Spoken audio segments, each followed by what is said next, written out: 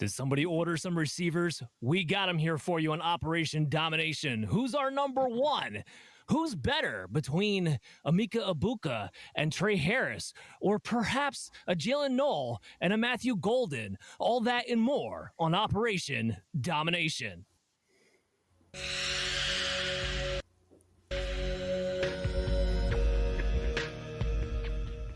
Operation Domination is underway. The ultimate game plan to dominate your NFL experience. With your hosts, Dan You gotta be confident about your Achilles when you Chase show up. Thornton, Yeah, I mean, I got him.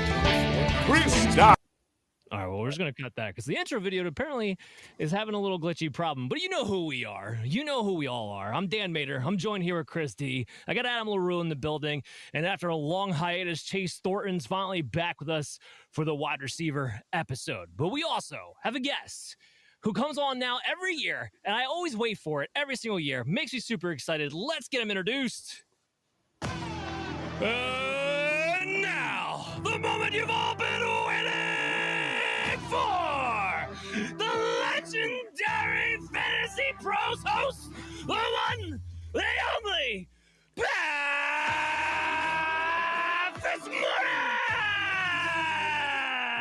Fitzmaurice! Wow, Dan, channeling former Chicago Bulls PA announcer Ray Clay. I appreciate that. Thanks for having me back. Great to join you and Chris and Adam and Chase again. And looking forward to digging into this wide receiver class because sometimes I don't know how I feel about it. And there are points in my rankings where things are pretty bunched up, and maybe you guys will help give me clarity on how I can separate some of these guys. The separation has been the key really for everybody, right? Like, I think you have some people that are like, oh, this is a weak class. You're not getting any value out of it. And on the flip side, you got guys like, well, look, I mean, with the value of where they expected to be drafted, there's some guys that can do some damage here. I think the answer is somewhere in between. Hopefully we're going to be able to get through all that. Talking about wide receivers, let's just jump right into this thing. Number one on all of our boards, when we did the rankings on the outline, every single one of us has Teteroa McMillan as the wide receiver one. Now, there's been some controversy from other people about should he be the wide receiver one. Some people are trying to make the argument for Luther Burden now. Should it be Travis Hunter? Hunter, we're going to have a discussion about him a little bit later on the show. Pat, I'll start with you. With McMillan, one of the things that I think he has maybe lost some traction on, not too much, but as of late, was the pro day. And the wide-ranging reported 40 times from a 4.48 to a 4.57. And this isn't like guys on X just like randomly coming out with numbers so they hand time things. These are reliable sources from PFF to Athletics to the ESPN, all have different wide-ranging numbers. I mentioned this with Cam Scatabo last week when we talked about running backs. I kind of want to mention it here with you too. So it's a two-part question, really. Does the wide-ranging part of the 40-yard dash change your mind on Teteroa in any kind of capacity? And number two, if you're a player whose maybe long speed isn't a bit of a question and you don't run at the combine, knowing that if you run your pro day, you're going to get this wide range where no one's going to know what to think, why do it? It's a good question. The second one I would have a hard time answering. The first one, does it bother me that much? I guess not all that much. I think we knew that Tet was not going to melt stopwatches when he ran.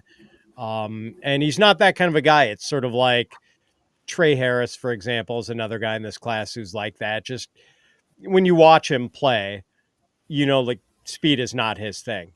And you just hope he's sub 4.6. You know he's not going to be 4.4 something. And sure enough, I think Tre Harris was 4.5 something, exactly what we expected. I'd rather see Tet closer to 4.48 or whatever than 4.57, but not a deal breaker for me if the 4.57 is closer to the truth. I mean, it didn't hurt him in deep catches, right? Guys, like he was 21st. It didn't hurt him in deep yards. He was 21st in that as well, actually. It's a guy who uses his body, who gets the contested catches, who runs good routes. We'll get into that more in a minute, but I want to ask Chase this because we haven't been able to talk to Chase in a little bit while.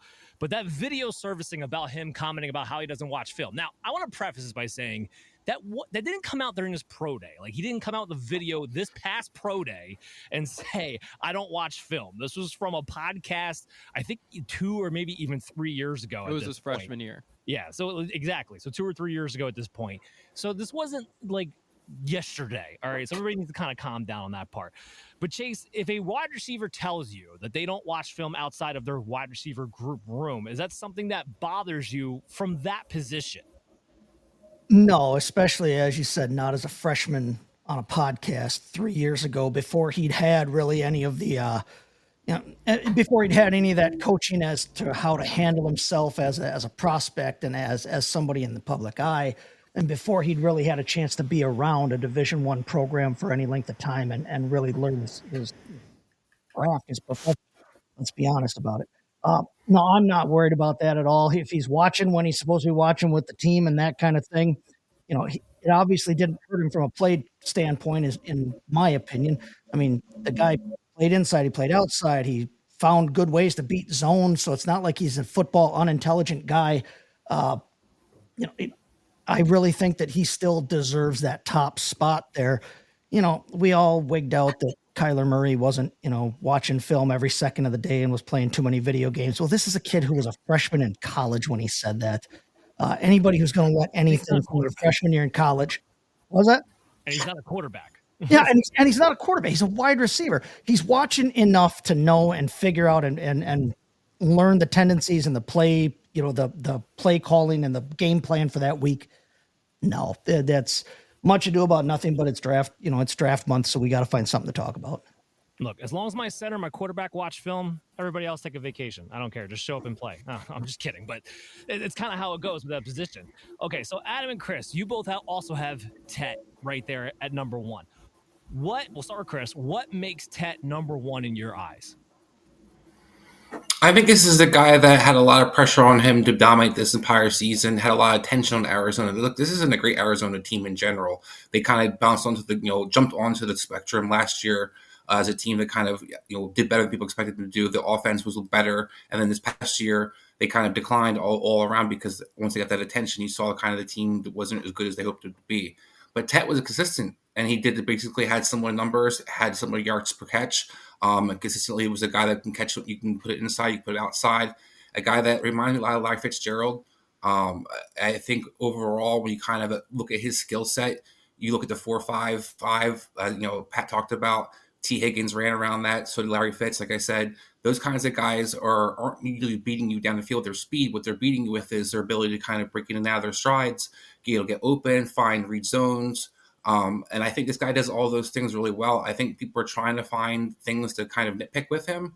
And because he didn't have like some kind of wowing speed that everybody wants to be enamored with, I think they forget how tall this guy is, how much of a catch radius he has, and his ability at that height to get in and out of his breaks, how that can create this natural separation. So he's definitely one of the guys I think is a stud, and people are just kind of wanting to figure out reasons and not hate on for some reason.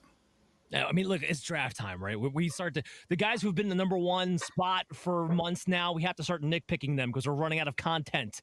Not that it can never happen in the NFL, but that's kind of what winds up happening as we get closer to draft day. Adam, where did Tet grade out for you? Like, just in a comparison, like to either history or the rest of his class? He's my 1. I have my top 3, and I'll give a spoiler. That includes my grade of if Travis Hunter does come out as a receiver. I know that there's, some interesting quirks of how we rank that, right? But if that was to be the case, he would be up in that group as well. But I have those 3 in a bunch, and then there's a bit of a gap. And then as far as previous classes, I think I have him right about in line with where I had like a Brian Thomas last year. So outside of that top 3 guys that I really, really liked, but in that next step, definitely a first round talent, even like someone who in last year's class I would have been perfectly happy taking in the teens, but not quite, the elite group up at the top there. I did hear. I would have. Well, Chris, I was going to kind of say, like, I've heard a lot of people who are pro Tet now trying to make the argument that him and Odunze are like very comparable players. Very different stylistically, in my opinion, with those two, but the measurables are kind of similar in that sense.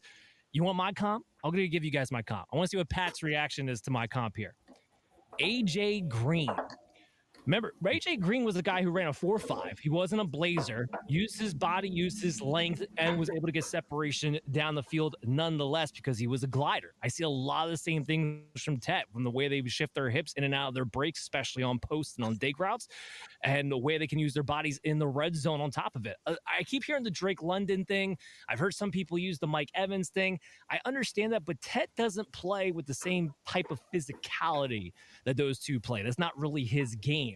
But the smoother, slicker finesse, I know how to use my body type, the AJ Green type. That's kind of what I see Tet as. What do you think, Pat? I like that.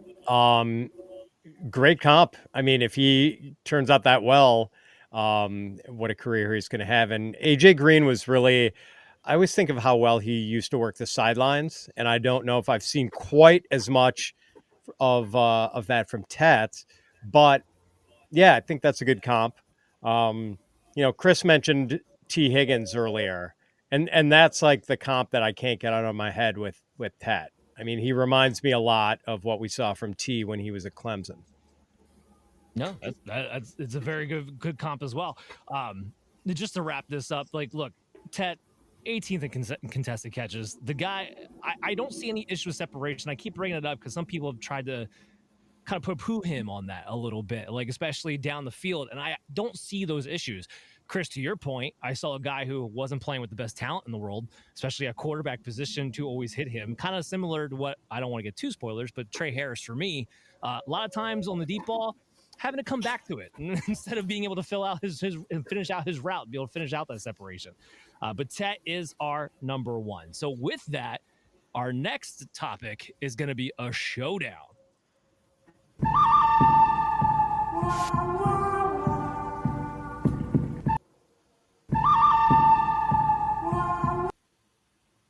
You get the general idea. Okay, so now we go to our showdown bracket. Pat is going to be taking on Chris.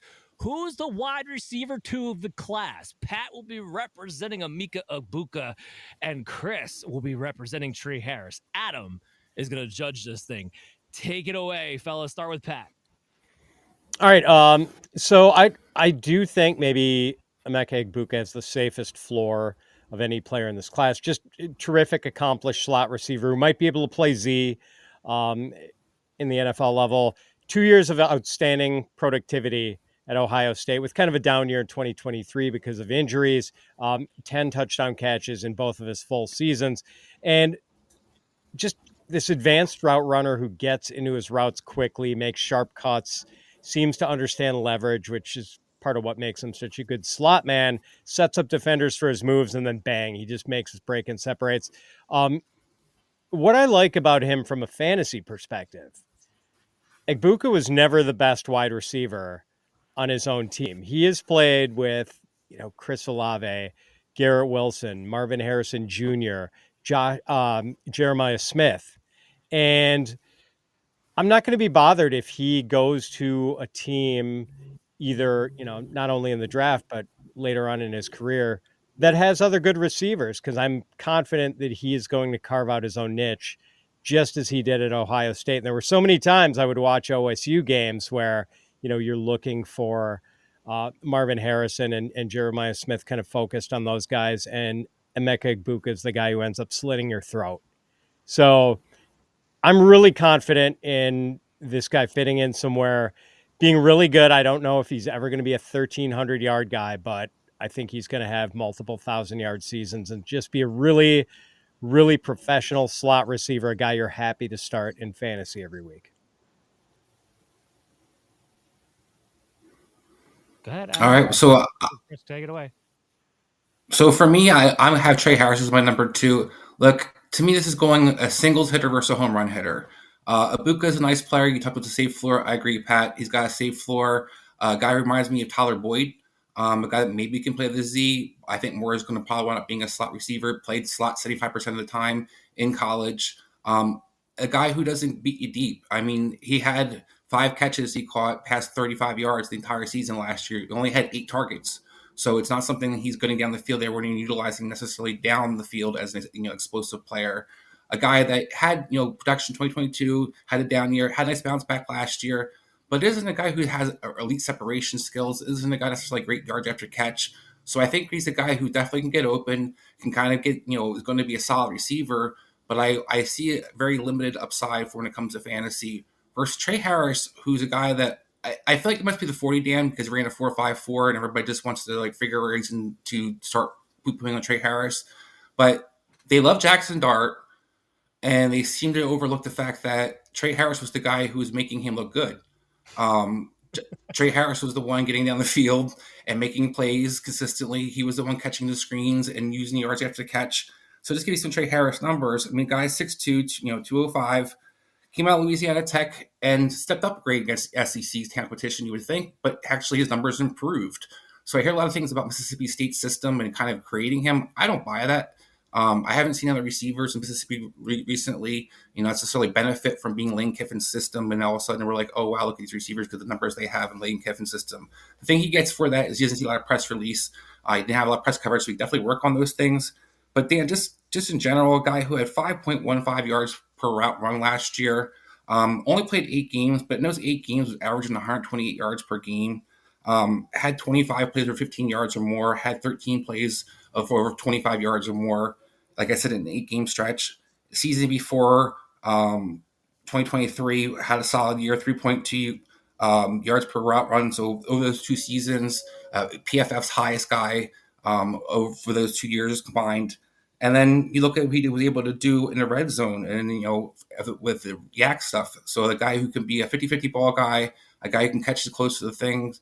I think the route tree needs to improve a little bit, but overall, I think this guy's got a potential to be a guy who could also line up in a slot moving forward. And I'm going to go for the higher upside guy who I've shown production consistently and has a good yard per catch, has all the things that we kind of look for metrics wise.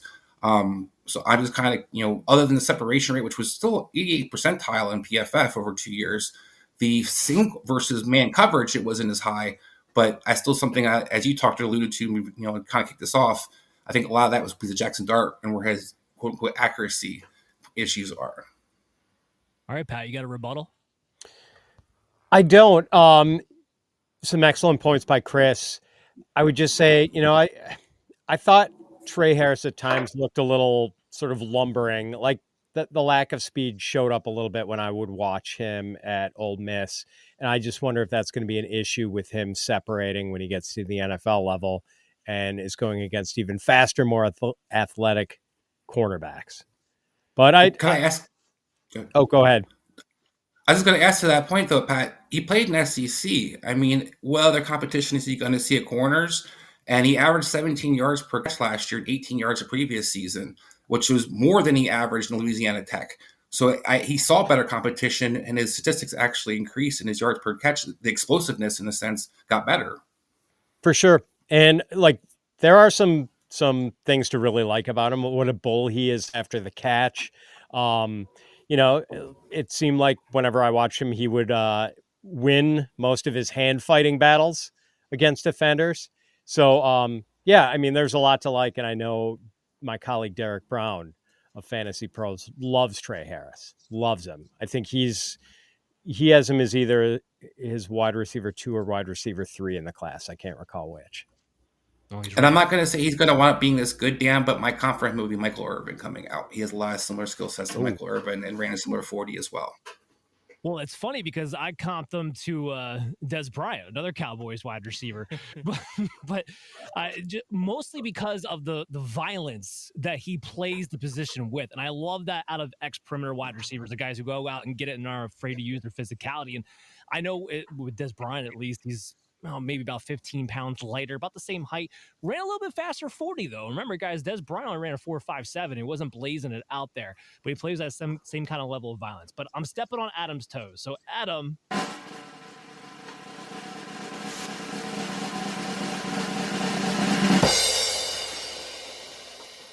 Yeah, I mean, it's tough. These are really good argument. For me, I have both of these guys towards the top of my second tier of receivers. So neither of these guys, surprisingly, I know for some people, are in my top 3. But I do like both of them a lot. I think they're both really good players. I kind of agree with Pat's testament at the beginning in the sense of Egbuka being one of the highest floor players in this class. But overall, I am a bit of a gambler, especially when it comes to premium assets towards the top of rookie drafts. So I slightly prefer Tre Harris. And I think the biggest reason that I'll say with that is I agree with you on the speed sometimes showing up, but I also agree. I think you brought it up towards the end that he does win those hand fighting duels a lot. I think he wins at the line of scrimmage so much that I can accept like some of the losses on the speed toward down the field. Again, these are both like I have them really, really tight. They're in the same tier for me. Really good players, really good arguments. Thanks. Well done as the judge, Adam. Well done as the judge. I just want to throw this one last point out here with Tre Harris. Over 5 yards per out run. I mean, just absolutely 5.15. positively insane. But I also want to say this. And let me get on a big screen here because I'm tired of just you guys seeing my little itty bitty face while I'm doing the talking. There we go. The other thing I want to say though, I also have Emeka number 3. So like I had these guys literally back to back. It's Tre at number 2, Emeka at number 3 for me, because kind of what Pat said. He's a day one starter who's going to come in right now. I comp him to Chris Godwin. I think that there's no question in my mind that he can play the Z along with the Y. Because he had to go through the competition level he did at Ohio State and still got targets. It's not like he was never left out of the picture despite all the talent they had around him. Combine that with what I love to see on his route running, but I'm going to take it a step further. Coaches are going to love him because he's willing to do all the little dirty things of the wide receiver position as well as a blocker. That's what I think is going to mostly get him on the field right away. So, yeah, that's why I have a comp to Chris Godwin. This is why they're my wide receiver 2s and 3s, which is why I thought Adam should be the judge because I wouldn't be able to decide at all one way or another. Okay, so now we have another debate to have here. Maybe. Man, these clips, man, they are not loving me today. So while I get them shuffled around, let's have that Travis Hunter conversation. Because, Pat, you had Travis Hunter in your top 4 wide receiver rankings, if I'm looking at it correctly. Number 3. So I want to know what your process is putting him number 3, knowing that everyone in America has the question, what position are you even going to play? Yeah, admittedly, Dan, it's kind of a placeholder ranking because we don't know. And before I had him much lower, but I think we're starting to maybe see some rays of hope that he plays a lot more wide receiver than I thought, because I kind of thought all along he would be mostly a cornerback and sort of a part-time wide receiver. It just seems like that's an easier way for teams to go, to use him, as a 4th wide receiver, which maybe limits him to a 30% offensive snap share, somewhere thereabouts. And, gives him a taste of offense, but mostly defense. It's kind of hard to go the other way and have him be a full-time receiver and a part-time corner. And I just made this point to some of my colleagues on one of our shows where, if you're trying to only play him as like a dime defensive back and some wide receiver is like wreaking havoc on your defense, like it's going to be really hard to limit his snaps and keep him on the bench while some guy's rampaging all over you. And you realize that this guy might be your one chance to stop this receiver. So on the other hand, though, now the teams that look most likely to wind up with Travis Hunter, Cleveland, I believe their general manager, Andrew Berry, is the one guy who's come out and said he sees him as more of a wide receiver first because his ball skills are the best thing about him, and he gets to do that more as a wide receiver, strut his ball skills more there than he does as a corner.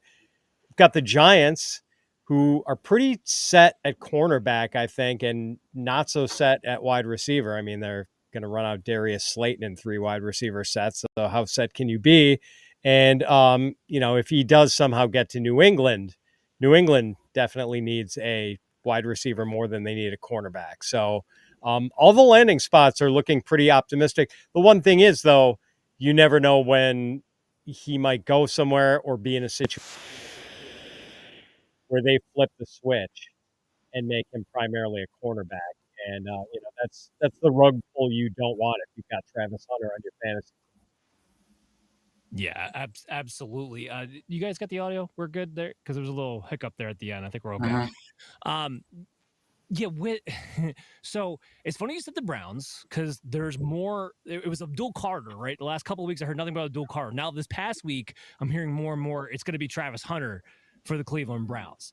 And like to your point, he's the one guy who came out and said that I view him more as a wide receiver. So because of that, right now, like for me, I don't have Travis Hunter in my top 12 at wide receivers.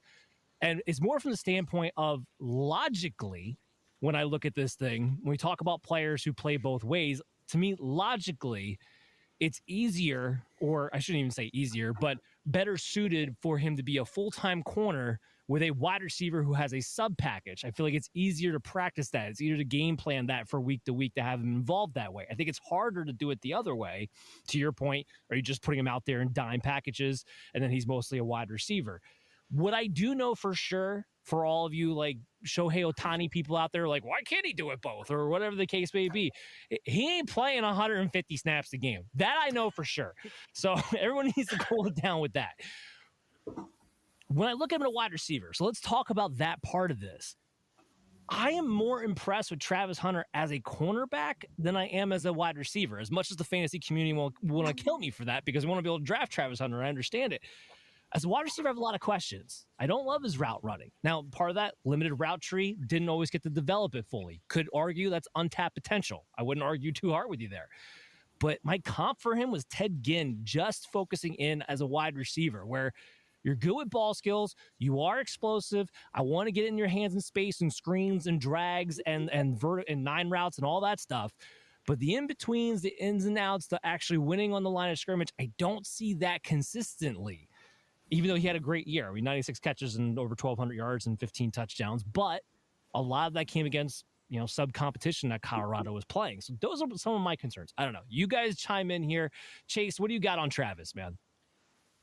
No, man, we're talking about a guy that could be a standout top 10 type player at either position if he would just pick one and go with it. I kind of wish he'd forget that full-time two-way dream.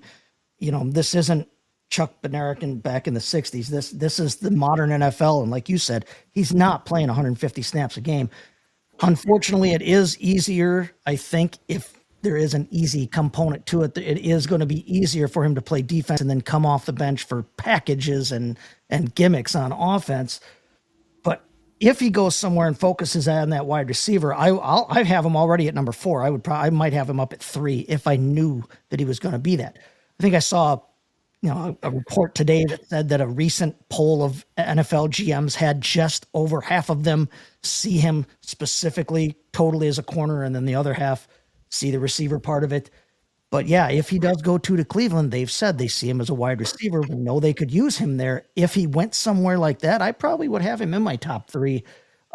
It is kind of a placeholder ranking, like Pat said, but I mean, the things that I feel like we might fault him for as a receiver are things that I think could be improved on if he were playing receiver full time. He didn't spend any time in that wide receiver room at Colorado State. He wasn't at Colorado, pardon me. He wasn't watching film with them. He wasn't necessarily practicing with them. And we've kind of talked about why that, defense was the craft you have to focus on. It feels like that kid that's like really, really fast, but he's really good at baseball. So he plays baseball, and then every once in a while he runs a track meet, and we're faulting him for the fact that his starts aren't perfect in the sprints. Well, if he was at track practice all the time, his starts would be perfect. I think that if this guy was focusing on one or the other, he definitely shows top level potential as a wide receiver. Unfortunately, we kind of got to wait 2 weeks to see, where that happens. And it literally should be about 2 weeks from tomorrow. So, yeah. Adam, what do you have him graded better as? I have him graded better as a corner, but I have a first round grade. I'm very high on him in both position, like just separating the two halves of him and grading him individually as one and individually as the other. I mean, I just think, it's an athletic thing, right? Like there's the ball skills, but then there's also like, there's just not dudes who move their feet like he moves his feet, like naturally. Like his footwork, I think if he really dedicated himself to wide receiver or corner for that matter, but like dedicating himself to one, like his natural footwork is so insane that like actually dedicating that and like learning that, like I agree his route tree isn't great, but boy, like it feels like it would be not that hard to teach him to be really, really good at it, because I think he has really solid instincts. And I just think the way he can turn his hips and the way that he can move his feet quickly, break down, it's going to translate to routes very, very quickly if that is the route that they go down. Chris, what do you have to add here? I think you guys are a little bit higher, definitely on Travis Hunter than I am as a receiver. Look, this is number one player on my board by far in this draft. I love the athlete, but we've seen this before, and we keep acting like this guy's the most incredible thing we've ever seen before. And I just had some questions for you guys. For example, his size, 6 foot, $188. Is that going to be an issue getting off press coverage? Is that going to be an issue with him blocking in the NFL? Things that he hasn't really shown you in Colorado. You saw the size show up on the opposite side of the field. We'll get to the receiver down a little bit, but versus Stanford, he got beat up at the line of scrimmage by the receiver for Stanford over and over again. That was an issue. Does that show up when he's have defensive backs that are 6'2" and 200 pounds and put their hands on him? The route tree we talked about. Dan, he ran 24% of his routes were curls, 22% were slants. So 50% of his routes were a curl or a slant. The other big ones he ran a 9, 14.5 times, and a dig, 13.4. So basically 75% of his routes that he ran last year were 4 routes. All routes were basically close to the line of scrimmage or you run a go. And then we talk about the speed and the phenomenal athlete, big play. He averaged 12.9 yards over his career as a receiver, 13 yards around last year. This is the same guy that plays in the same conference as Tet, as the Iowa State receivers we'll get to later on. So it's the production, yes, was good, but other guys who had similar production, similar target shares have better numbers, have better touchdown numbers, better big play touchdown numbers. So get back to the big play part of it. I look at Champ Bailey as somebody that, like I said, did this before. You look at Champ Bailey's last year as a junior year as a receiver, he had 744 yards, 47 catches at Georgia. That's basically the same numbers that you saw for Travis Hunter his junior year, about 750 yards, more catches, but less yards per catch. Champ was more explosive. He ran a 4.28. We don't know what he ran. We don't know how great an athlete. Yes, there's a lot of things excited about Hunter, but we have a lot of things where the lore of him, I think, versus what we actually see. This isn't Deion. Champ Bailey was a record setter when he ran his 40. So this isn't a guy that I see speed necessarily showing up at 4.2 out there, or a guy who makes everybody miss and has gigantic plays over and over again. I think this is a guy that has great ball skills, like you talked about, has good feet, but as a receiver, this is a second or third round grade on this guy. He's got a lot of work to do, and it's hard to learn how to do that in the NFL. You usually have that kind of something that you already have a skill set from. If you're that light and you don't have a great release tree, it's going to be hard for you to all of a sudden learn how to get up cross coverage and start building up skills that coaches can trust you.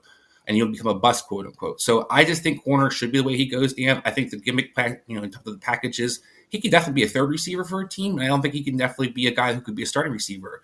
I just think that this OBJ and Garrett Wilson talk is a little too much for me, where I just haven't seen that. And statistically, it's not matching up. So you're more in line with me than when I comp him to Ted Ginn. I think we're kind of hitting on some of the same points with that. Pat, you got anything to add to that? I don't. Chris makes some really good points. I do think the ball skills will play in the NFL, and the guy's just such a good athlete. I have no doubt that he would improve as a wide receiver, but totally agree with you guys that he's kind of there as a cornerback, not so much as a wide receiver. Okay. All right. So let's get into the showdown. Let's just try this drop.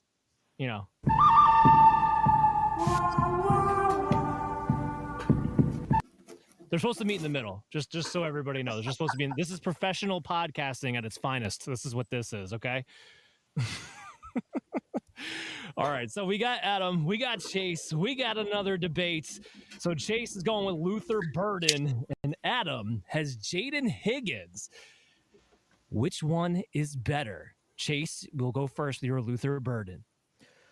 Yeah, I love me some Luther Burden. I kind of can't get enough of watching tape on the dude. He's just fun to watch. I have him as my number 2 wide receiver, honestly, in this class, Luther Burden.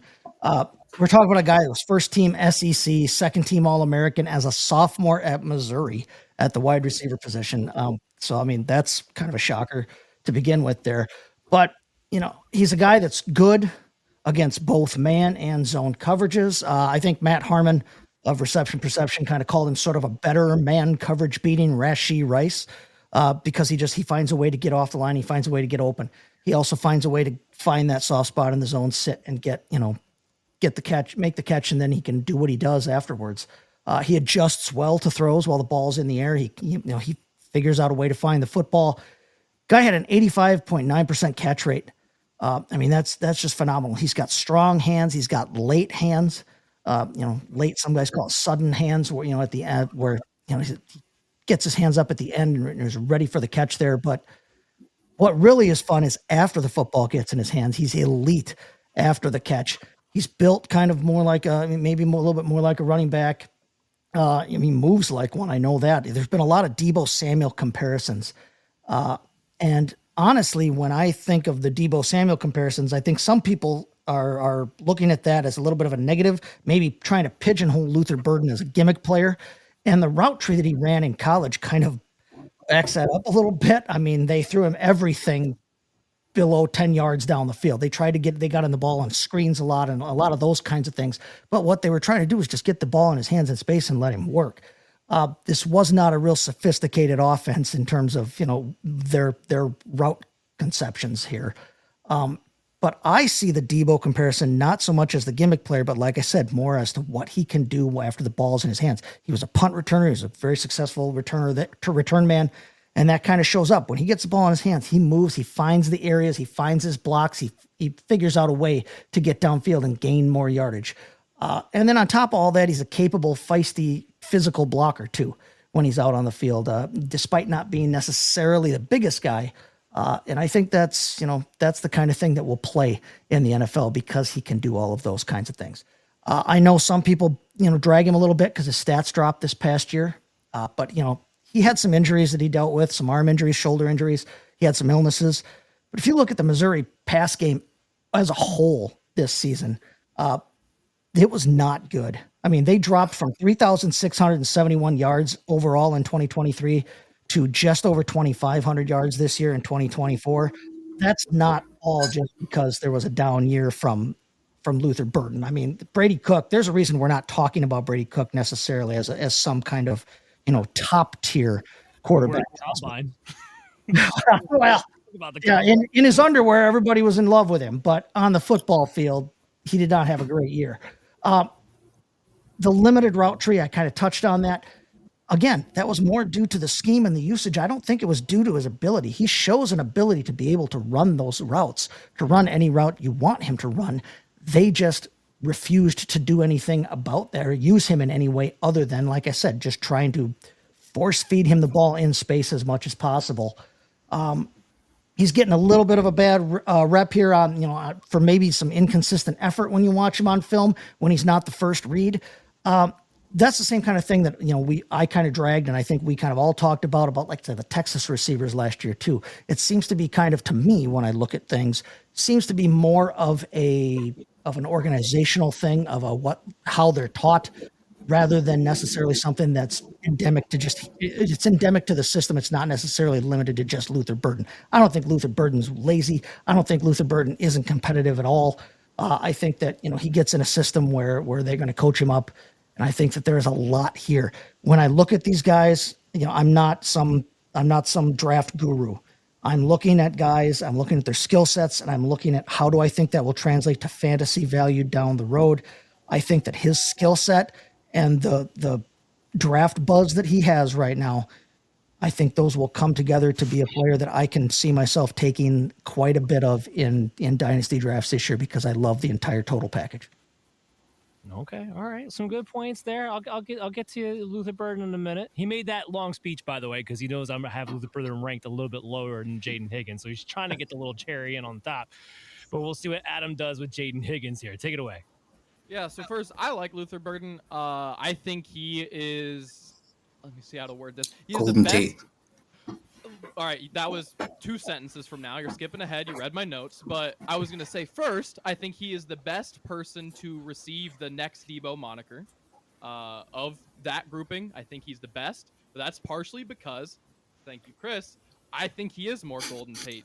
he doesn't have the physicality of Debo. Now, that's partially a good thing. I actually think he can develop as a route runner. I think he's light on his feet enough to do some of those things. But the problem is, I don't know how much of the yards after contact through physicality can translate to the NFL. I mean, this is a guy who, forget Debo, who came in 20 pounds heavier. He's weighs less than Malachi Corley did coming out, and Corley was 5'8". Like, this isn't the same type of, he's a yards after contact guy, yards after the catch guy, excuse me, for sure, but not the same type at all, I don't think. He is someone who I think is really explosive with the ball in his hands, but someone who, and we can talk about this portion of it as well, and why I think Golden Tate comes to mind. This is a slot guy. Like, he ran 80+% both of the last 2 seasons out of the slot. I don't think that's just because he hasn't gone vertical. I think that when you saw that 10 to 20% of routes where he was on the outside, I don't think he beats press very well at all. Or any matter of fact, I don't think he gets off the line very well. I just don't think he carries that physicality. With the exception of, and I'll agree with you here, I actually think he's a pretty feisty run blocker, just as an aside. But moving to Jayden Higgins, who I adore, I'm sure the highest person on the planet in terms of Jayden Higgins. He's my wide receiver too, so we've gotten through everyone's differing wide receiver twos. I think, and it's funny he comes out in the same class as Ted, because I think both of them just really move like basketball players. Just in the way that at their size, they're still able to sink their hips and move around a little bit, have a little bit of agility. You saw Jayden Higgins look at his shuttle, his 3-cone. They weren't fantastic, but to post above average numbers in those at 6'4", 215 is like, for his size, they were fantastic. Like, let's be real about that. Like, screw the 40, which was great, but screw the 40. Like, I knew the dude could run fast, but like that extra, agreement, that extra confidence you get knowing that those cone times came in the way they did, I think is really exciting. He's someone who I think outside of a Tet beats press, up there with the best of them. Someone who, and I think this is undervalued in terms of bigger receivers. There's the short area quickness, which I think for his size he's really great at, but there's also catching the ball on the inside, because it's funny the different body types, how they can catch the ball. Like, you always see the long guys can catch the ball away from their body, and the shorter guys can catch it inside really well, and sometimes flip-flopping that can be a little difficult. I think for a guy with long arms, his ability to catch it inside is actually really, really strong, and catch it around his body, below him, things of that nature. So that's another thing that I really liked about him. I think his route tree is far more developed than Luther Burden, and I think that's a given, right? I mean, we know what Luther Burden is in that regard. Look, Burden is obviously more explosive between the two, but that's not to say that Higgins isn't. I think for his size, he was actually pretty impressive after the catch, and could turn into a bit of a runner after the catch. And then I think, look, just going into the rates, Jayden Higgins' drop rate percentile was 93rd. He just doesn't really drop the ball. That was, I believe, the best in this class, or at least the best of guys that got significant enough volume for me to care too much about, outside of Tesla, who we'll talk about later and is at a different level of competition. That's my boy. Yeah, I like Tesla. We'll get to him later, I'm sure. But Higgins' yards per route run was the superior player. The only stat where he wasn't a superior player, and this kind of goes into the quarterbacks, both of them not being very great, the targeted QBR. Otherwise, receiving percentile, drop rate percentile, yards per route run, those all go to Higgins. I think that being in the class with Tet and having a very, very similar skill set has kind of made him a bit overshadowed. But I think just the way that he's able to move his feet and sink his hips at his size, that he has really good body control. Again, you can see a lot of giraffes at his size, but I think he handles himself very, very well. And I'm excited about what he can be in the next level. All right. So let's get to it here.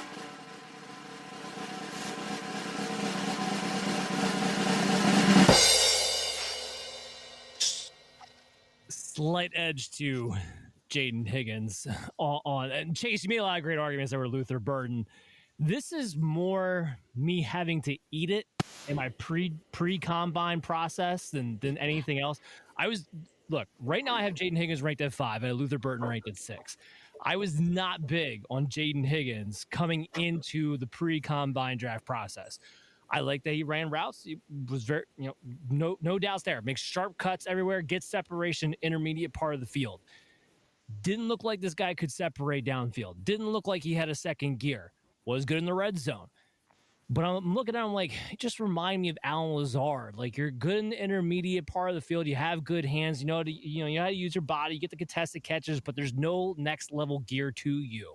Are you really going to be anything more than a complimentary wide receiver? And then he ran a 4.47. Now, I will say this. I don't see the 4.47 speed on tape. And I went back and watched the tape, and I still don't see the 4.47 speed on tape. But the fact that he could go to that athletic ability means that, hey, a couple of things. I mean, one, you heard Matthew Golden, right? When he ran his 4.29, well, I didn't have to run that fast in Texas. Why don't see it show up on tape? Same argument could be made for Jayden Higgins. And when I go back through all of his routes, and I'm starting to think to myself, you know what? This dude reminds me of Adam Thielen. And if you're Adam Thielen with speed, that could be one hell of a wide receiver. So that's when I look at Jayden Higgins, I'm seeing a guy who has an extra level that I did not necessarily see before. Now, on the Luther Burden side, Chase, just so you know, I do have him comp to Deebo Samuel, and I hate it. It felt gross to do it. It really, really did. For a number of reasons. One, it's a common comp. I don't like giving common comps. It's not my thing. But two, I thought you were going to go a different way with this during your argument, where you say like, "Hey, I'm not comping him to Deebo because, or I wouldn't comp him to Deebo because he doesn't get pigeonholed there." I thought you were going to go a different direction, where he comps to Deebo, but not in the sense of where people usually try to make that comp to Deebo, like the Laviska Shenaults of the world, the guys they think are could be part-time running backs. Where I comp him to Deebo at is the routes. It's very rounded, but he's a dagger over the middle of the field. You get the ball in his hands. He does play with that physicality. Number one in missed tackles forced. He is going to be a yak monster, 100%. And I think it was Adam who said this, or maybe it was Chase. I think it was Adam who actually said this. Like, you're not Deebo, so you can actually, or no, it was Chase, it was you, sorry. That you can actually play, develop into a better wide receiver. Because that's the one thing with Deebo, too. Because he was so heavy on his feet, I don't think there was ever any chance he was ever going to get better as a route runner. Burden might have that opportunity. Not copying to Deebo because I think he's going to play part-time running back. It's the way he plays the wide receiver position, the way he plays routes. You got him at 5 and 6, slight little edge there to Jayden Higgins. We have another showdown debate. Oh, and we're going to bring Pat back in here. Going to feel the fire, feel the wrath of my Jalin Noel against his Matthew Golden here in a minute. As soon as I get everybody switched over. Here we go. Yabba dabba doo. Oh, geez. So who's judging this one? Chris, get in here. Get in the middle. What are you doing? Why are you hanging out on the sideline on the ring side with all the girls getting me water? Get in the middle here. Come on. Maybe one day. There we go. Okay. So now we got everybody in their rightful place. Pat, the floor is yours. Talk about Matthew Golden, the Mr. Flyby boy, the 4.29 by. Yeah, that's sort of it with Matthew Golden. Speed is his calling card. Came right into Texas after 2 years at Houston, sort of being admittedly a supporting player to Tank Dell. And, 58 catches, 987 yards, 9 touchdowns. His 1 year with the Longhorns. Big time speed and sure-handed, like very good hands. Also seems to have a really good feel for working the sideline, but doesn't mind going over the middle either. Runs crisp routes, does a nice job of coming to an abrupt stop on comeback routes. That sort of coupled with the speed, the threat of his speed, is what makes him so effective on those comeback routes. He's going to get a little cushion from defensive backs who are going to be terrified of getting the afterburners from him. So outperformed Isaiah Bond in 2024. And I don't think we ever really saw fully what Golden could do at Houston because he dealt with some injury issues. So now we're seeing it. Now we're getting some first round draft buzz for him. And I don't know if he's ever going to be a guy who's a consistent wide receiver 1 in fantasy, but I do think he has wide receiver 2 upside. And, he's always going to be a best ball force because of that splash play potential. Okay. Look, everyone always loves the 4.29 guy, right? And right now, Pat, to your point, he is getting mocked like he's going to be the second receiver taken off the board right now. Like right now, it's Tet, and then Golden's sitting there like 20th overall in a lot of mock drafts. So the expected draft capital looks like it's going to be there. So I can't dispute any of that. It just sort of bothered me to some point. Now, look, he was not expected to be the number one receiver, right? They brought in Isaiah Bond thinking he would be Xavier Worthy. And they spent the first 4 weeks of that season trying to make him Xavier Worthy, and he just couldn't do it. When they finally pivoted from that, Matthew Golden started to get featured a lot more, right? So that's where he wound up. I think he led the team in catches when it was all said and done by the end of it. Had a great playoff, really showed up big when they had the biggest competition. It just bothers me a little bit that this guy never had a 1,000-yard season. Yes, there's some other things to kind of go with that. And I kind of mentioned it before where he came out and said, like, hey, what I was doing in Texas, it didn't require me to show off my speed. Fair, but I don't see it ever. And he's also smaller, I think people realize. Now, he's got a 6'4" wingspan, but he's only 5'11", only about 190 pounds. And I just see a lot of gaps in the nuances of his route running. I think he's a playmaker, but I also worry that he's going to be another, sub 4.3 wide receiver who gets drafted in the first round and then winds up not really performing to expectations. And I'll have you rebuttal to this one real quick before I go into Noel. I got him comp the Brandon Cooks. I think it's a pretty solid comp, but I think it takes a specific type of role for him to do well in there. I don't know where you see that at.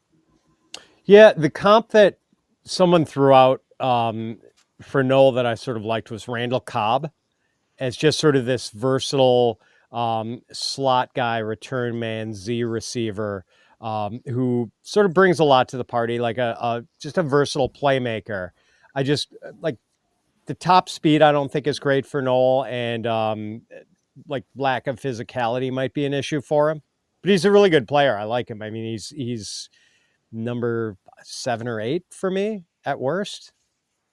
Well, just to be clear, Brandon Cooks, I was throwing that out as Matthew Golden's comp. Oh, for Golden. Yeah, I'm sorry. I hadn't even got into Noel yet, actually. Speaking of Noel, so this is the player that I'm competing against Pat with. And I love Jalin Noel. I really do. More than I thought I was going to. I have him 2 spots ahead of Jayden Higgins. I actually have him in my top 4 here.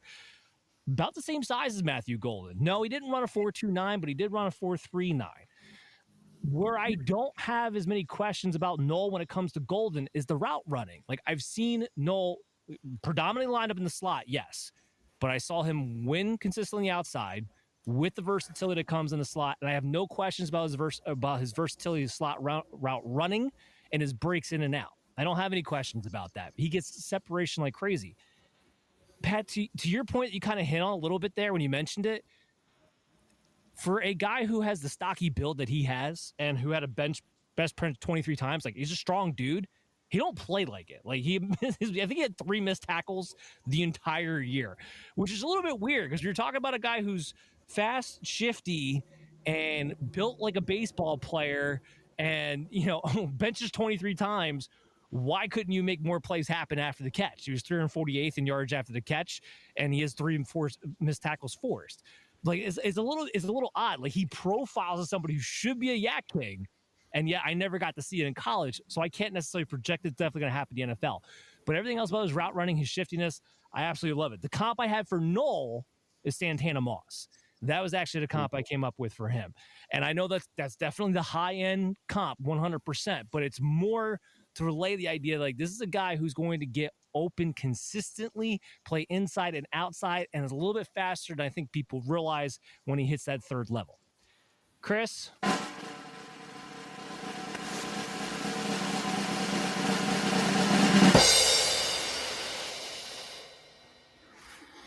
Yeah, this is going to be a tough one. I have Noel 6, and I have Golden 8, so there's not much separating in my book.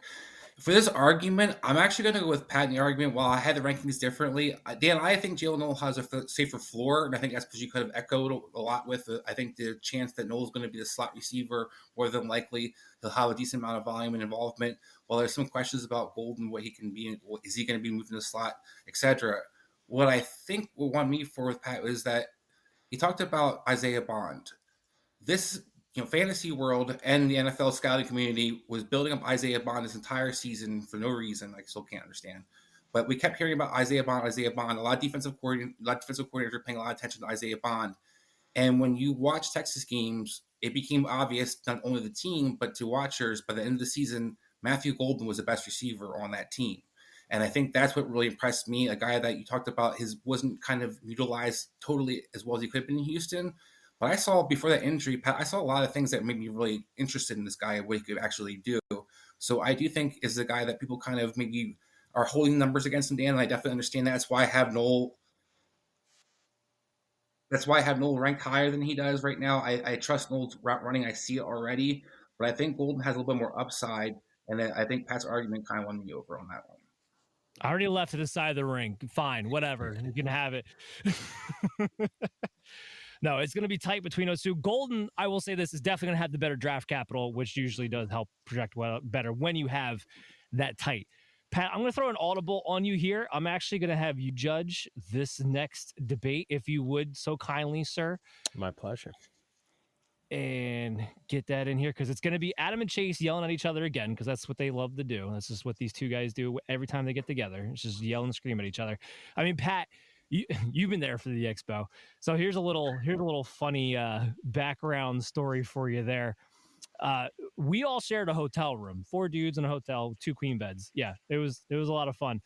But Chase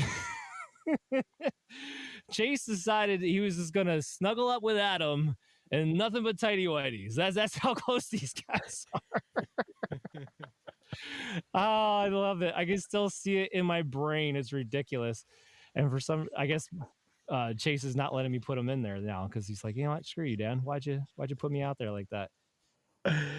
There was an annual golf outing I used to do where it was pretty routinely, the setup was we got like maybe 3 rooms between 12 guys, and it was everyone sharing a queen bed. So got to choose your bedmates wisely.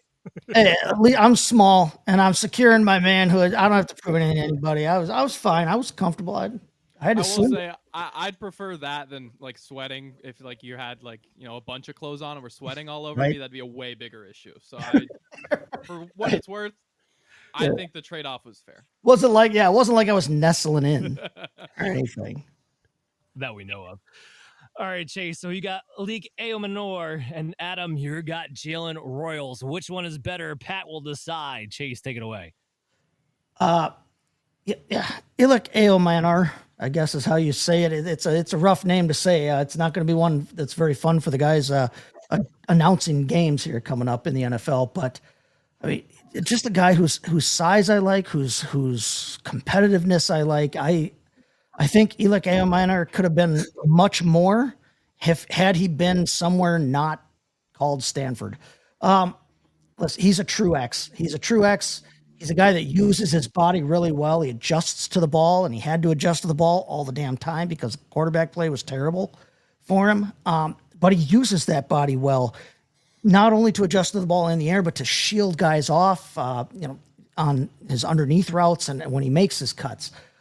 He's a guy that's got more build-up speed than he does quickness, but this guy that ran the 200 meters in high school, he was 8th. He was ranked 8th in Canada in the 200 meters, which again kind of goes to that long speed rather than necessarily that short quickness. But he's very good against man coverage. He can get off of guys. He can fight guys. He can fight guys off for the catch if the catch is contested. He's got a real wide body.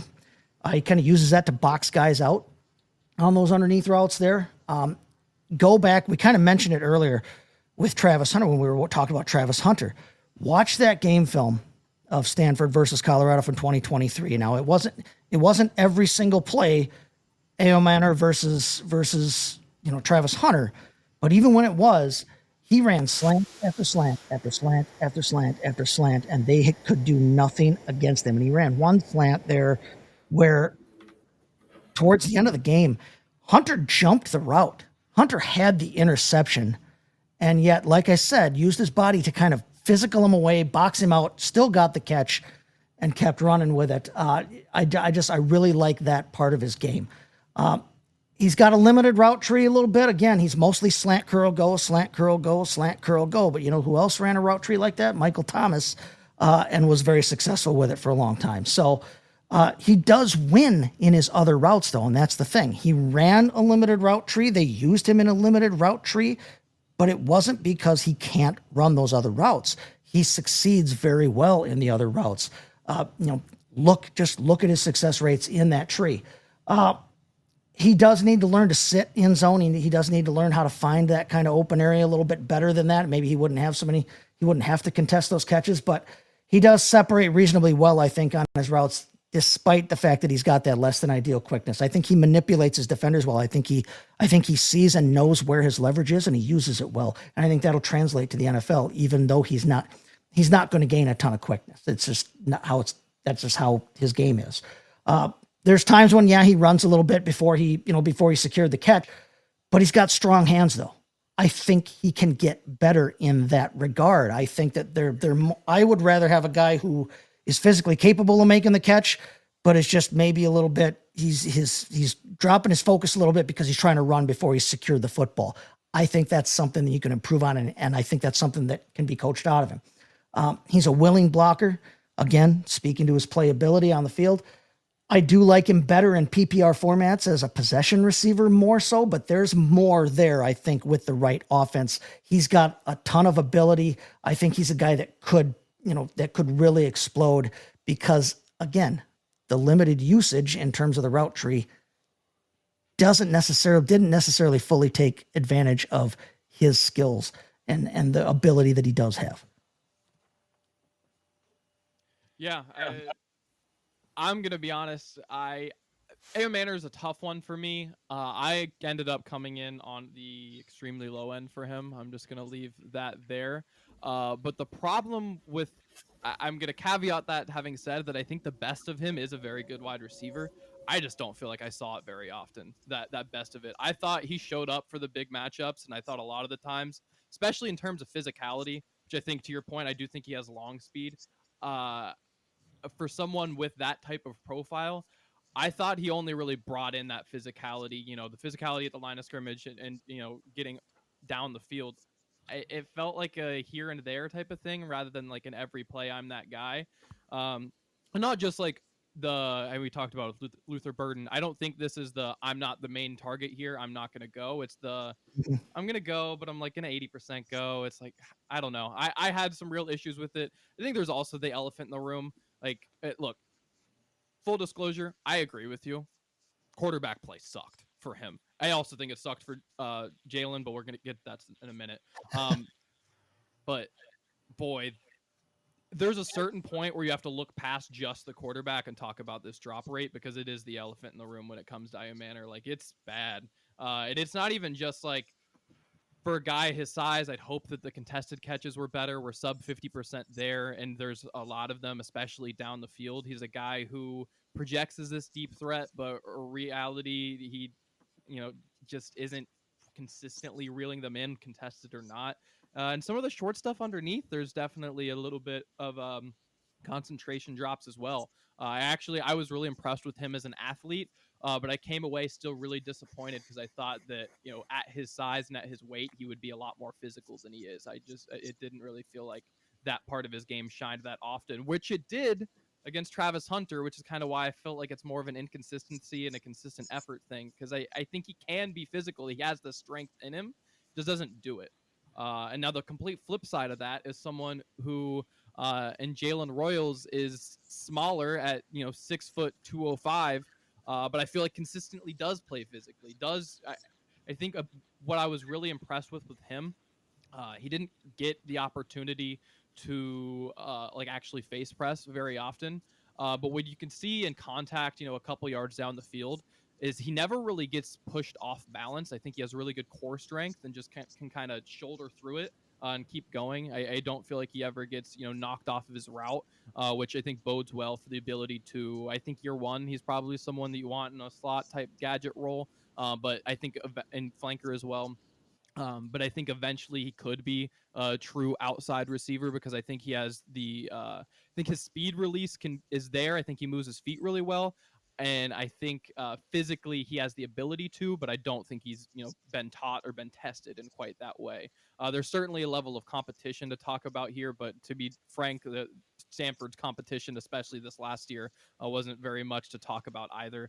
So while I would give the nod to Ayomanor in that argument, I don't think that the gap is very large. So then when you look at the stats, you see that yards per route run, it's not close. It's Royals.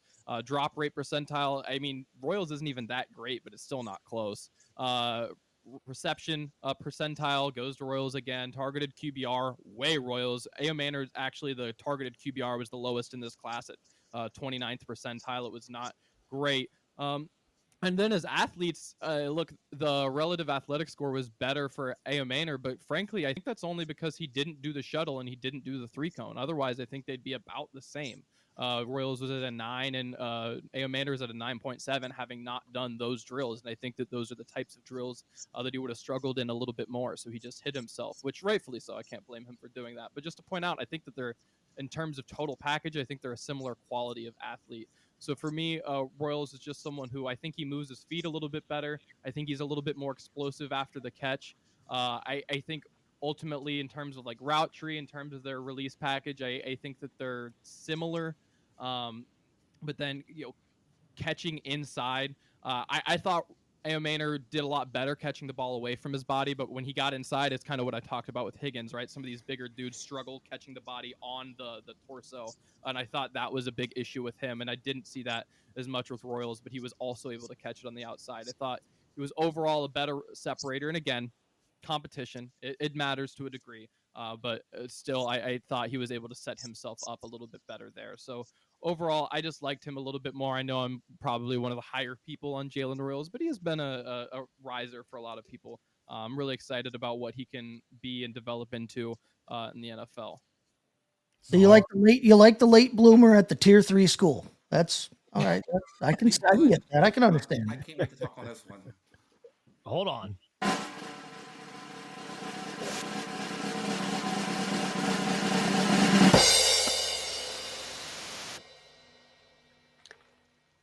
Those were really good arguments on both sides. And I think Chase started with an advantage because I'm a big Ayomanor fan.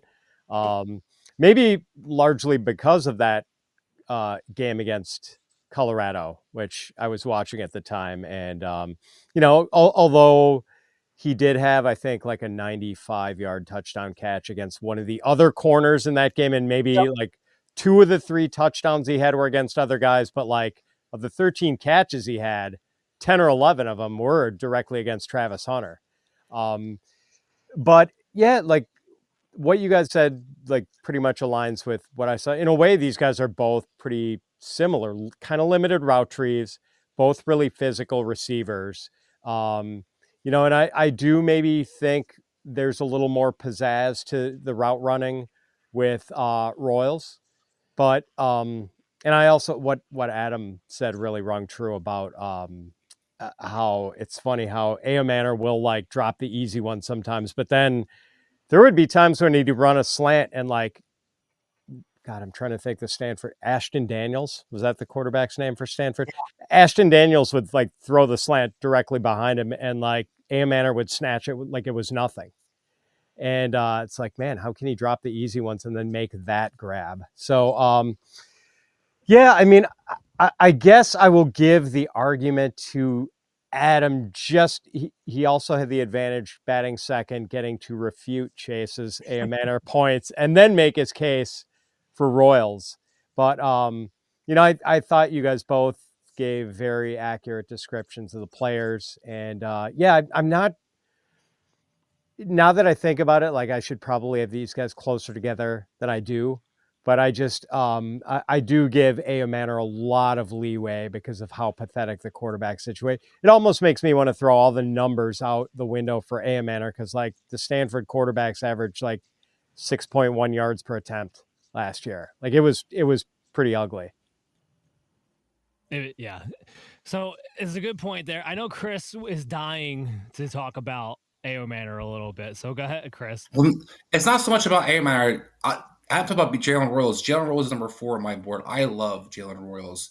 And I think the points that Adam could have brought up is the big difference in his splits. Look, Ayomanor weighs the same amount as Royals does, 206 versus 205. He's 2 inches taller. He ran a similar 40. The splits on the 20s was 149 versus 159, and you see that on tape. You see Jalen Royals can get off the thing. He can explode into right off the so he gets the ball and make something happen. He had 7 catches of. I'm sorry, let me slow down for a second. He had 7 touchdowns of his 15 in 2023 over 50 yards. So I'm going to say that one more time. Of the 15 touchdowns he scored in 2023, 7 of those were 50 yards or more. You know how hard that is to do, no matter what level you're playing at?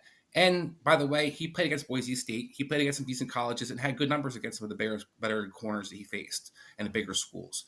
Jalen Royals is a guy that if he didn't get injured last year, people would be all over my book. He reminds me of Brandon Ayuk.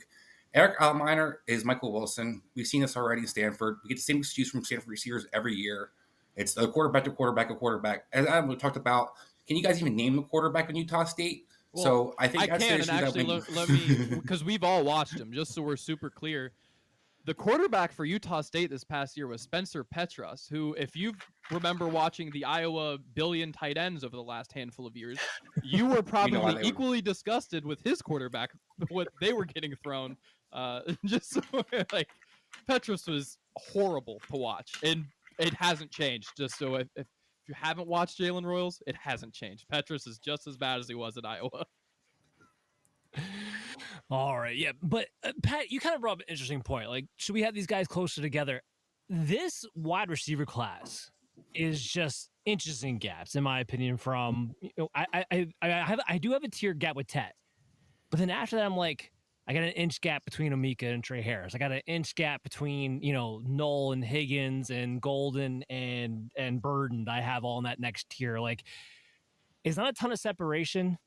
When you don't have a ton of separation, but you also at the same time don't have a ton of guys with first round grades necessarily, as we do this year, does that make it a bad class in your mind?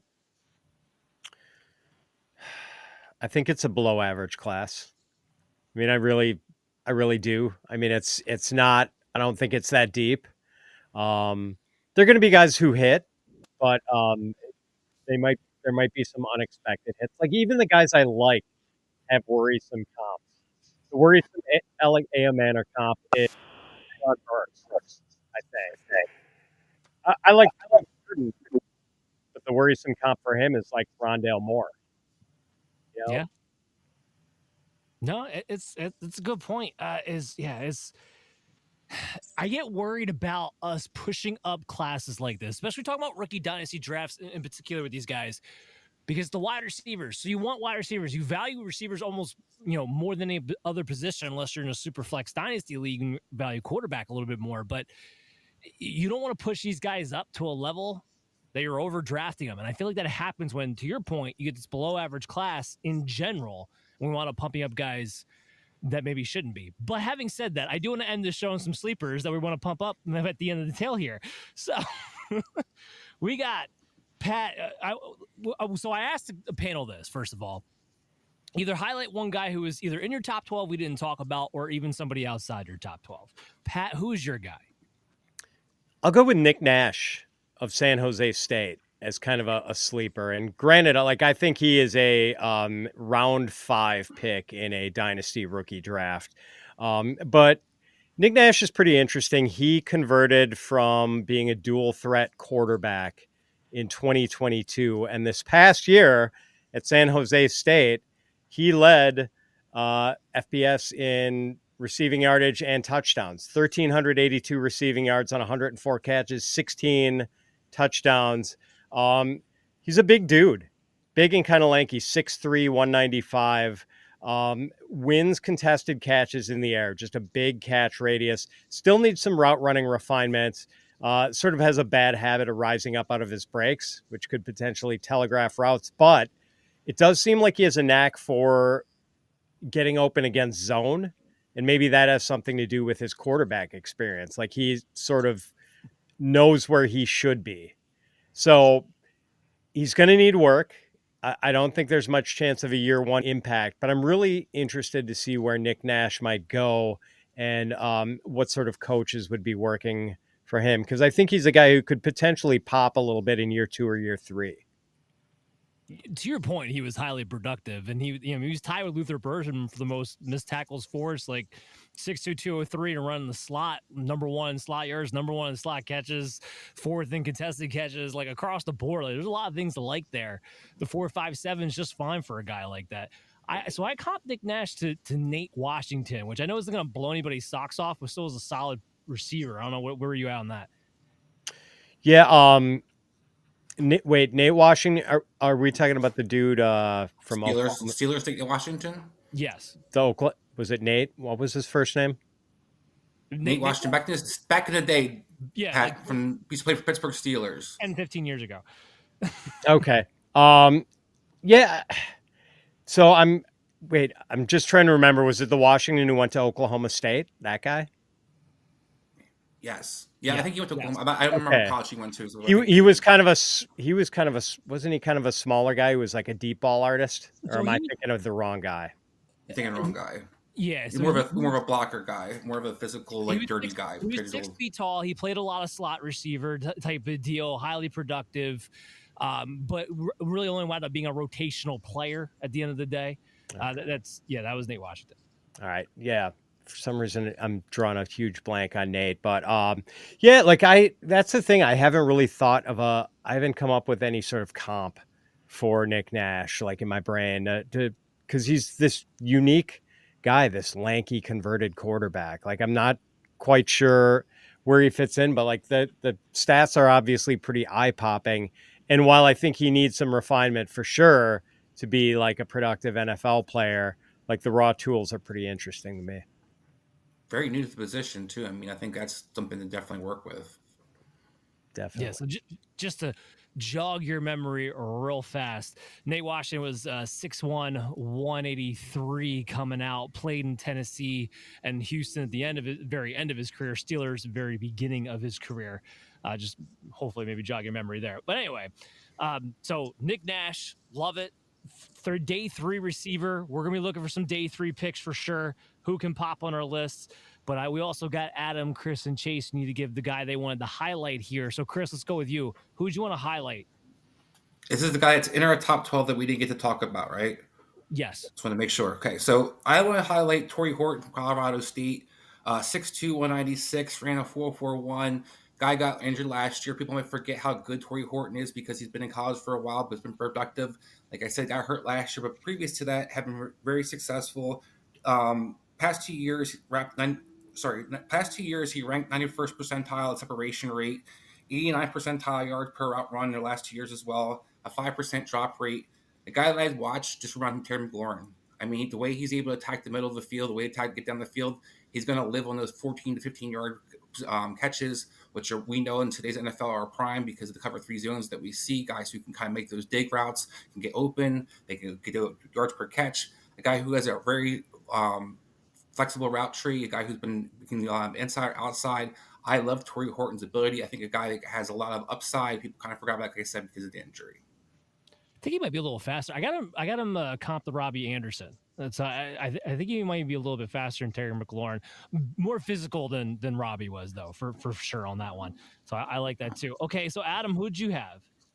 I had Donte Thornton. He's been a riser for me. Obviously, one of the combine guys. He zooms. He's big. And look, he's a 5-star recruit too. Go ahead. Sorry, Adam. Yeah, you watch these combine guys, and it's like, okay, but like, what actually are you? And especially come back to the production. And he was extremely efficient with the routes he got this past season, but he hasn't really been that full-time player. But what's weird about that, and part of it is the recruit that he was, but what's weird about the pathway that he took, it's like, oh, he's the late bloomer, but at the same time, he's always been at big schools, and he never took a redshirt year. This is a guy who was on the field as, a wide receiver 4, but was on the field for Oregon as a freshman, and then as a sophomore, true sophomore. He's a late bloomer in a sense, but he's also kind of not in the sense that he's only 22 because he never redshirted, never took a year off. He's just been playing this whole time, just not quite breaking the starting lineup. And these are programs who have sent NFL players, between Oregon and Tennessee at the wide receiver position the whole time he's been there. So it's kind of hard to completely knock him for not ever breaking that lineup.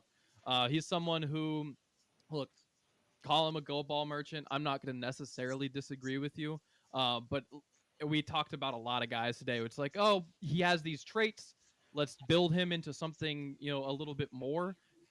And you talk about building someone with traits into something more. Like, this is the guy in that capacity. Like, again, 6'5", 4'3". But I thought he could turn his hips a little bit better than I would have expected with that. I thought he could turn a little bit better. And it's not like he's, the most agile guy in the world, but I thought he could do it and move around a little bit and potentially learn to do other routes. I was also impressed with his core strength. He's not, look, he's lanky. Let's not get ahead of ourselves. But he's more physical than, again, you would expect that go ball guy who had 4 contested catches this past season, 4 attempts, 3 contested catches, actually caught, which, again, being a go ball guy, that's still pretty impressive, regardless of how fast you are, that you're separating like that. But, when he was given opportunities to catch the ball, shorter, like the Kentucky game, for instance, he was pretty physical. It took a second guy to get him down more often than not. So I was really impressed with, the possibilities of where that could take you. I don't know that he's someone who year one you expect a huge role for outside of being that guy going down the field. But I think, moving forward, he's someone who certainly can get up to speed really quickly. I think he's a great athlete, has the recruiting prowess, and maybe didn't have, the volume you'd like, but like the yards per route run was great. He wasn't dropping balls all over the place. Like, it's not like when he got on the field, he ever did anything bad. He just didn't, do as much as you would like. So someone who we talk about a project receiver, let's just go all in and get the one that has all the tools. Well, I was going to say, he's definitely a project receiver. There's no doubt about that. And I have to say, look, while, there's some reasons as to why he didn't always break on the field, you're a Tennessee receiver, a physical phenom, and you can't get more than 600 yards in that offense. I don't know how much I'm loving you with the Tennessee thing there, but a physical phenom nonetheless. Chase, you're up. Who you got? Well, guy I wanted to talk about was Jack Bech, the TCU senior. Guy that, listen, he's not, he didn't, test great in everything, but the kid just plays football. He's a good football player all around, well-rounded. He led LSU in receptions his freshman year. I know I just said he went to TCU. This is a guy who got on the field and contributed at LSU as a freshman. He's done some kick and punt returning, so he's versatile that way. He's willing to do what's needed to be done to get on the field to help the team out. He was second team all Big 12 this season, behind Tet McMillan and Travis Hunter, and Jordan Tyson of Arizona State. But I mean, it's harder to get a whole lot better than what he got in terms of his accolades there. Then he went out and he was a Senior Bowl MVP, had a great game in the Senior Bowl. And also, I mean, there was the compounded factor, the idea that he played in that game just a month after his brother was killed along with 13 other people in the New Orleans terror attack there. So the kid obviously has the mental fortitude to be able to play in the league. I think he's a strong receiver. He had 19 reps on the bench. That was one of the better scores at the combine there among wide receivers. He's got real good ball skills, and he uses that strength. He plays with physicality as a receiver. I would like to see that translate a little bit better to his blocking to help him get on the field, because he seems like the kind of guy that, because he's willing to do what needs to be done to get on the field, you'd think he's a better blocker than he is, but he hasn't quite shown that side to his game yet. But he's got, like I said, he's strong. He's got good hands. He doesn't show a lot of the focus drops that I talked about with my other boy, Ayomanor there. He's got late hands, again, the sudden hands at the end there. He's quicker than he is fast. He only ran a 4.55 40. But he's quick. He gets up to that speed quick, and he can get in and out of breaks. He can get open, and he's willing to fight for the football. Again, a guy that I like more in like PPR formats as more of a possession type guy. But I think he can rack up catches. I think he can rack up first downs if he goes to the right place. He also seems like the kind of guy that there will be a stretch of games at some point in his career where everybody loves him and wants him, and he gets way, way, way overspent for on the waiver wire, a la Jake Bobo maybe. But I think he's better than Bobo. I've seen a poke in the Kua comp here to him, and I think he could be that. I really do. I like Jack Bech. Yeah, I like him too. And it's funny enough, I actually put his teammate down as my receiver that I wanted to talk about, Savion Williams. Now, he's a project. There's no doubt about it. He's a project. But I just love watching this guy play with the ball in his hands. And there's only one comp to make. It is Cordell Patterson. My hope is that he'll be able to either one or the other. Either be able to develop his route running a hell of a lot faster, which Play tight end. What I understand, no, he's not playing tight end. From what I understand, Patterson, his biggest issue was the mental aspect of the game of being able to read the defenses and learn the North Turner offenses. Whether that's going to be Savion's problem too, I don't know. Or do what Cordell did and move the running back faster than Patterson did and waiting until 10 years to do it. Either way, just do whatever Patterson did, just do it quicker because this guy is phenomenal to watch. He had, 18 missed tackles forced. He played all the Wildcat formation. They just wanted to get him involved. I think about the Laviska Shenaults of the world, the Malachi Corleys of the world, the guys that they wanted to make those Debo types, make those tweener types, and always got too hyped up. I think Savion Williams is now a victim of everybody hyping those type of players and them not going off and not doing anything because Savion Williams is more talented, more athletic than any of those guys running a 4.48 and a 1.52. So he's a raw prospect, but there's a lot to like with his athleticism where I think he maybe does need to make the running back switch a little bit earlier. 8 drops. This wasn't a guy who got targeted a ton. He still had 8 drops this past year. So that's where I think maybe you need to move over a little bit quicker. But I love watching him with the ball in his hands. Absolutely love it. Hopefully you guys love the show. I know we loved having Pat on. Pat, thanks so much for coming on to the show, man. What do you need everybody to be checking out right now on Fantasy Pros with you? Just go to fantasypros.com and check out the Fantasy Pros Football Podcast and the Fantasy Pros Dynasty Podcast. We're definitely in the big run-up to the draft and pumping out a lot of draft content and Dynasty content and rookie content. So, guys, thanks a lot for having me on again. This was a blast. And, I definitely got some more insight on some of these guys, and I might have to re-swizzle some of my rankings immediately after getting off with you guys here. Well, that is the biggest compliment the legend Pat Fitzmaurice could pay us. So I thank you for that. Guys, make sure you come back. Check us out next week. We got Pete Nova from Fantasy Face-Off is going to be coming on. We're going to talk about the tight ends, and it's the draft. The draft's the following week. I can't believe it's finally here. I'm glad it's here because we've mentioned this love-hate relationship at this point where I love doing the draft stuff, but my mind is ready to move on because I've had so much draft content just seeping every brain cell I have going on there. I was like, I need to think about something else. So happy it's almost here. Happy it might be gone just that much faster as a result to that too. So check us out on your favorite podcast app. Find the Fantasy Football Advice Network on YouTube. Download all of our video content on there. And don't forget, we'll have a post show for you again here soon. Everyone,